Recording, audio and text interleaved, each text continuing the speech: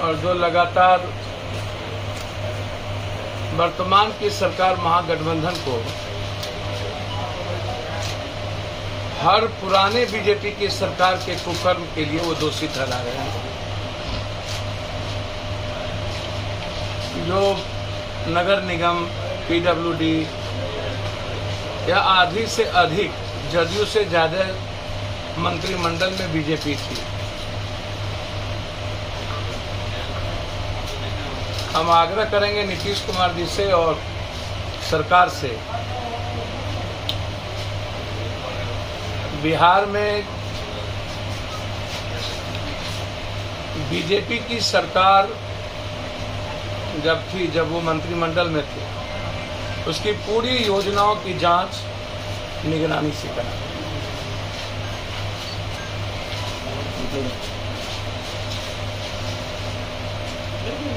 लगातार जो लोग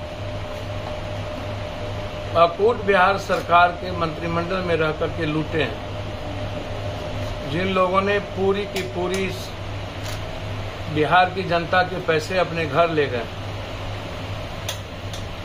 कहावत है, शुभ बाजे तब बाजे चलियों बाजे। शीशे के घर में रह के पत्थर फेंकते हैं ये लोग।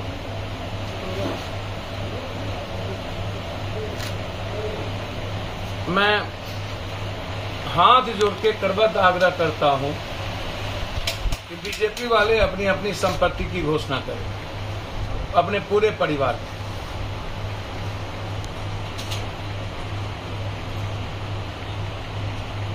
और बिहार में हर विभाग में जो घोटाले हुए उसकी भी पूरी जांच।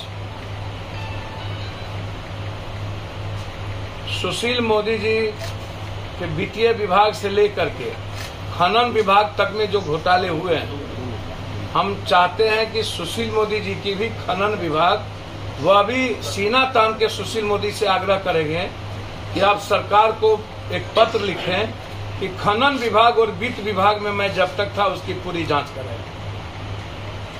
खनन विभाग में कितने घोटाले हुए सुशील जी के रहते हुए, कितना पैसा की लेन देन हुई, और सुशील मोदी जी और के पाठक का क्या रिश्ता था खनन विभाग जब थे, तो उस रिश्ता का भी उजागर आवश्यक है। बीजेपी को इतना ही दम है अपने बदौलत, नरेंद्र मोदी जी की बदौलत, तो फिर लगातार मांझी जी को प्रलोभन, कुशवाहा जी को प्रलोभन सुरक्षा का, मुकेश सहनी जी को सुरक्षा का प्रलोभन, चिराग जी को, और लगातार एनडीए के गठबंधन के साथ बार्गेनिंग बीजेपी के द्वारा अन्य दलों को प्रलोभन देकर के। तो क्या नरेंद्र मोदी जी पर पूर्णतः भरोसा खत्म हो गया? अब बीजेपी की नैया पार या तो मांझी जी, या तो उपेंद्र जी, या तो सहनी जी, या तो कुशवाहा जी लगाएंगे। देश में लगातार कांग्रेस, अब महाराष्ट्र में अजीत पवार बीजेपी का नैया पार लगाएंगे। नरेंद्र मोदी जी पर मेरा सीधा आरोप है कि बीजेपी को अब भरोसा नहीं रही। नरेंद्र मोदी जी का चमत्कार इस देश में खत्म हो गया। नरेंद्र मोदी जी और बीजेपी की सरकार, अमित शाह जी, वो राहुल गांधी जी से सबसे ज्यादा अत्यधिक वो डर चुके हैं। उसके भीतर राहुल गांधी जी का डरावना सपना आता है नरेंद्र मोदी जी को, जिसके चलते देश में मुद्दों से भटकाकर लगातार पार्टियों को तोड़ना, और जो घटना गुजरात के हाईकोर्ट में हुई,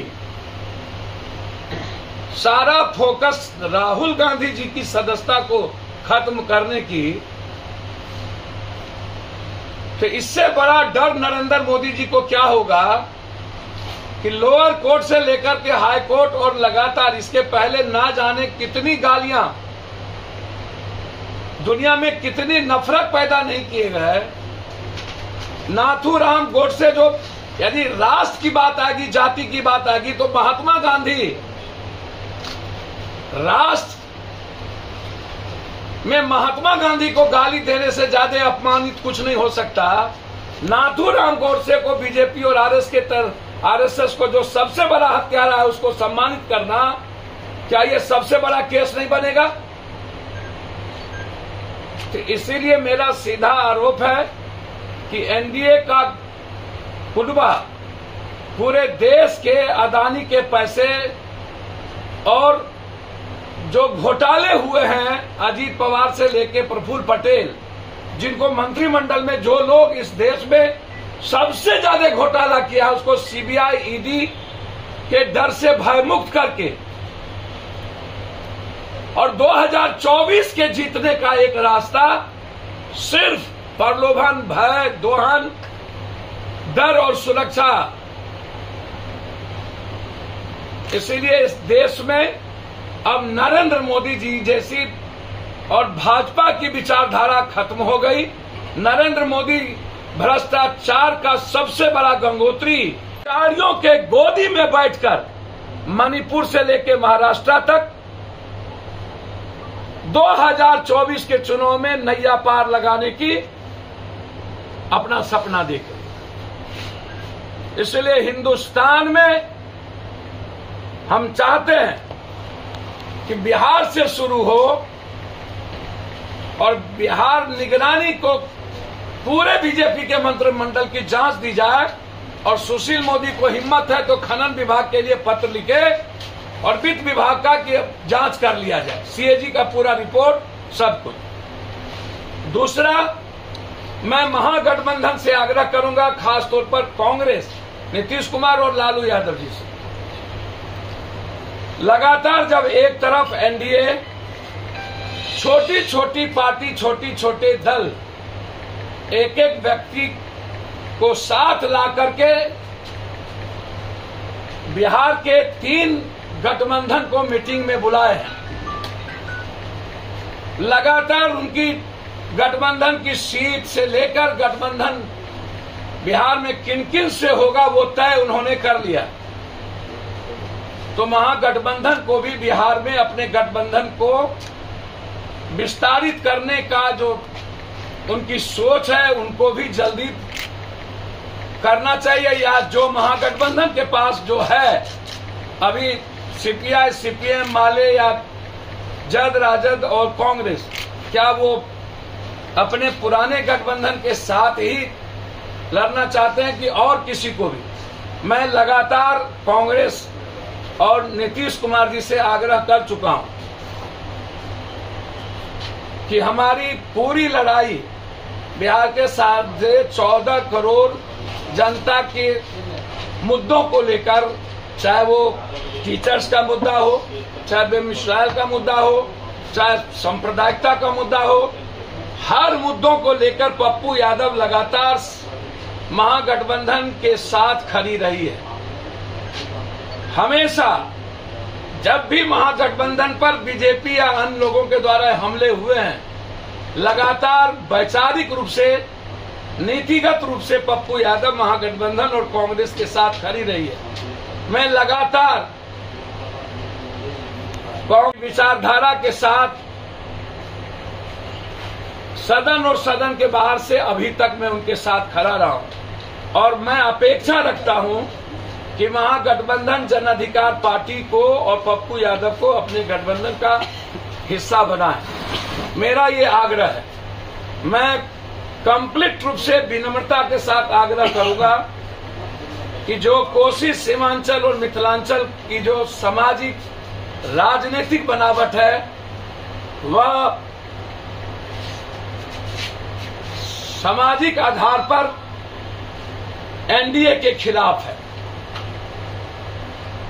एनडीए हमेशा सीमांचल को नफरत का आधार बनाती है और हमेशा एनडीए सीमांचल, कोसी, मिथिलांचल के वोट से सरकार बनाती है। मैं चाहता हूं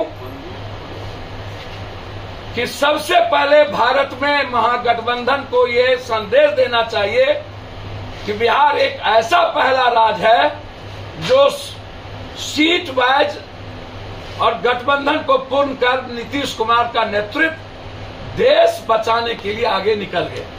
हम नीतीश कुमार जी से आग्रह करेंगे, सबसे पहला महागठबंधन का सीट, महागठबंधन के बंटवारे को फार्मूला के आधार पर अविलंब एक बैठक बुलाकर देश को संदेश देना चाहिए कि एनडीए से लड़ने के लिए बिहार तैयार है और बिहार विस्तारित करने को तैयार है। मैं नीतिगत और वैचारिक तौर पर और हमारी सामाजिक आधार और बनावट महागठबंधन के विचारों के साथ और देश के संविधान में जो बाबा साहब अम्बेडकर और लोकतांत्रिक मूल्य है, उसमें जन अधिकार पार्टी महागठबंधन के साथ, दल के साथ गठबंधन करने को तैयार है। और मैं चाहता हूं कि हमारा आग्रह महागठबंधन के नेताओं से है, उनको निश्चित रूप से जन अधिकार पार्टी के बारे में जरूर अपने विचार रखनी चाहिए, प्रकट करना चाहिए कि क्या मैं आपके हिस्से के लायक हूं या नहीं। धन्यवाद।